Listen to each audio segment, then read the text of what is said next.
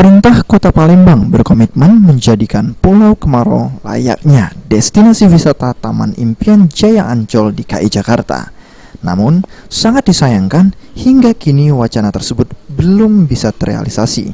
Pasalnya, masih terkendala dokumen yang belum lengkap, seperti dokumen pembebasan lahan dan dokumen izin lainnya. Menurut Sekretaris Daerah Kota Palembang, Ratu Dewa, Pemkot Palembang masih proses melengkapi dokumen. Dokumen semuanya sudah selesai. Pembangunan akan mulai dilakukan hal tersebut untuk mengantisipasi sengketa lahan dan permasalahan lainnya. Dari sisi dokumennya, jadi dokumen-dokumen yang punya itu harus benar-benar clear, sehingga tidak ada masalah di kemudian hari. Investor banyak yang datang, tapi harus juga clear soal dokumen yang kita punya. Jadi saat ini lagi proses pembuatan pantai buatan ya Pak? Kalau itu sudah lama prosesnya, tetapi kita ingin bahwa untuk pembangunannya jangan sampai ada timbul masalah di kemudian.